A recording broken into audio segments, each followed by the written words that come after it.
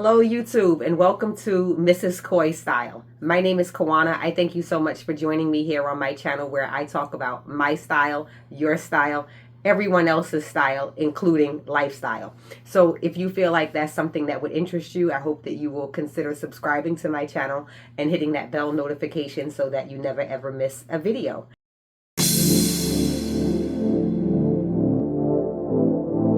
So if you're interested at all in what I'm wearing, I will go ahead and insert a clip of it over here in the cutaways.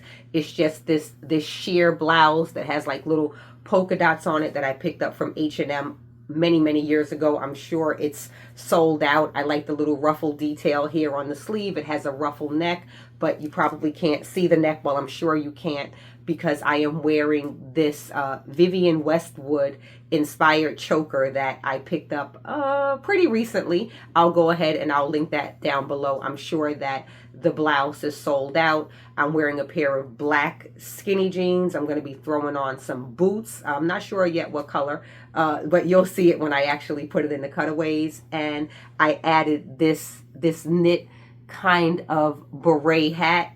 I'm just I'm trying to bring like accessories more into my wardrobe because I think that it can just take a look from very basic to more elevated, or like from basic to bomb. Yeah, so it's very simple, but I also feel like kind of elevated and impactful. So my black skinny jeans, my sheer blouse, my designer inspired choker, and my beret, and it's a look.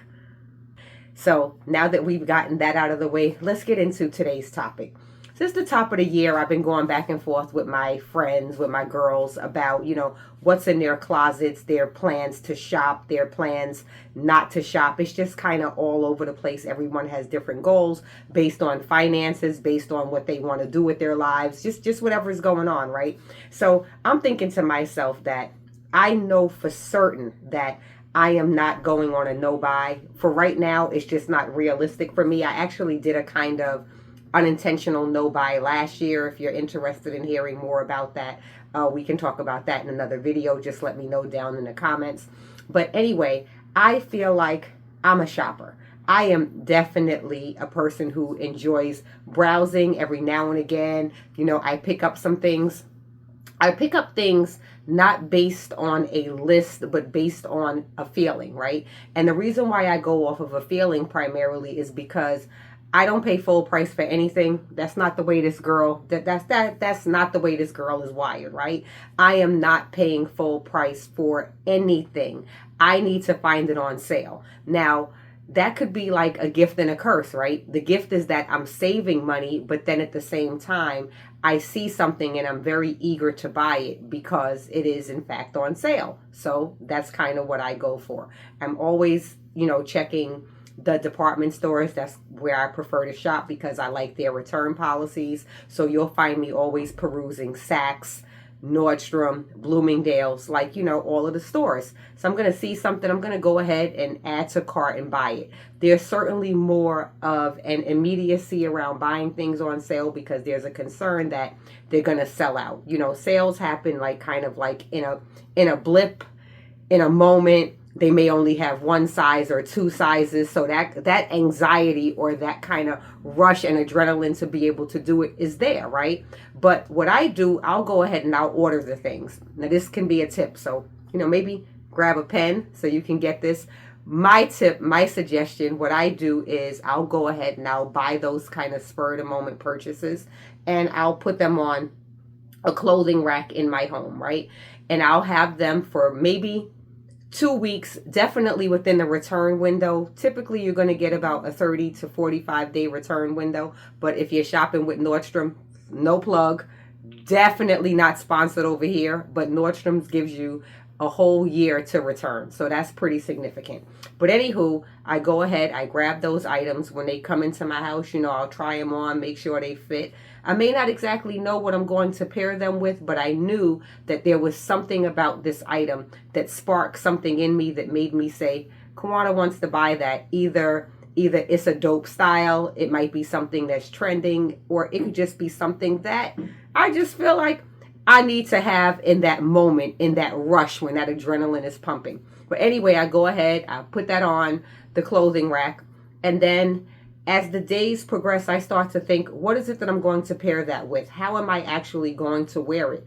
Will I wear it? Is it going to happen for me? And if after about 2 weeks I feel like I can't see how I'm going to plug that into my wardrobe, I have to send it back. I have to give it back. I have to get my money back because I have not decided yet how I'm going to incorporate it into my wardrobe. I feel like we're holding on to too many things in our closets and feeling like one day is going to come that we're actually going to wear it. And most of the times we don't. And that leads to the constant rush of buying more, spending more, bringing in more, but never letting things go. So our homes, our closets are flooding with things, and it feels like overconsumption in many ways, right? So let me go back a little bit and let me tell you what things should be purged. And I'm going to say, there's a little bit of hypocrisy to that because I really don't get rid of much. It's a struggle for me. I hold on to my things. Maybe it's a cycle of the way I wasn't really able to get a lot of new things when I was growing up. Whatever the reasons are, we're not going to turn this into a psychology session, but it is challenging for me to purge things. But the things that need to be purged are the things that are like, let's say that they're pilling, or that they have rips in it or holes in it, or they're just, misshapen. These are things that you're never going to get the shape back. They're already stretched out. So why are we holding on to these ill-fitting and ill-quality things in our closets? They gotta go. There's no nostalgia to them. There's no, oh, it brings back a great memory. For what? Just to take up space in your closet? Let them go. If they're not in good condition, in wearable condition, chuck them. Let them go, right? Also things, if back in college you were a size 0, since that time you went ahead and had some kids, your lifestyle changed, you put on some weight, you're looking good, you're feeling good, but now you're a size 4, you're a size 6, you may be even bigger. Even if you want to, realistically, your body will never let you go back to that size. Go ahead, chuck it, get rid of it. Give yourself space to bring in the new things, and bring in the new things without guilt of shopping. Bring in the new things without saying, oh, I already have so many things anyway. You have a lot of things, but they're either not in good quality or they don't fit. So what's the point? Go on ahead and let them go. Conversely, if you've lost some weight and you're feeling yourself and you have items in your wardrobe, in your closet that are just too big, they're kind of swimming on you, what are you going to hold on to that for? So you can say, oh, if I eat a Whopper, or if I eat something and I gain weight, then I'll have something. Don't put yourself into that negative mindset. You really don't want to be bigger. You might like the size that you are. So let's rid ourselves. Let's clear up some spaces. Let's give ourselves some room to happily and without guilt-free. Let's do some guilt-free shopping. Let's really be able to incorporate and buy the things that we want to buy, whether it's impulsive or planned, right? So clear out those things. Let's make some space for ourselves. Let's get to shopping. Let's get to popping, right? Let me know your thoughts on what I've shared today. Let me know if you're planning to shop with intention, what you want to buy. Talk to me about, are people in your life making you feel guilty about your purchases, or are you in fact feeling like you're purchasing too much? I feel like, hey, if you want to buy and you can afford to buy, you're not neglecting anything, you're not going into debt. It's, hey, for me, go for it, but make it make sense for you. And a great way, as I started this video out by saying, a great way that I make it work for me is recognizing, how am I incorporating my purchases into my life? Am I wearing these purchases? And, what am I going to do with them? How am I going to make them work? So if you want to go along on this journey with me, I hope that you will follow. I hope that you will share. And I hope that we can get this going together. So remember, if things are ill-fitting, not in the best shape, go ahead and get rid of them. And let's start shopping with intention. If you are on a no-buy and that works for you, and you can do that without feeling like you're missing something, then, again, shopping, buying habits, what we have in our homes, what we have in our closets, it is very personal. And so it's going to look very, very different for everybody, right? This is what works for me. This is what's going to work for me.